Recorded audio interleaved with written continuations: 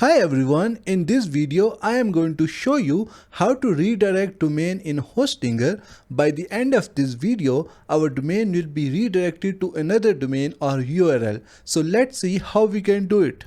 To redirect a domain, log into your Hostinger hPanel. Now from the Hostinger hPanel, here you will see the hosting section. Click on Manage next to your web hosting.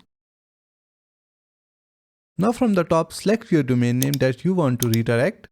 After that, select domains from here and then click on redirects. So I will select HTTPS from here. So this is our domain and this is where we want to redirect our domain. So again, I will select HTTPS and for the domain, I will select youtube.com. Click on create. And as you can see that redirect is now created. Now let's visit our website. Just copy it from here and paste it here.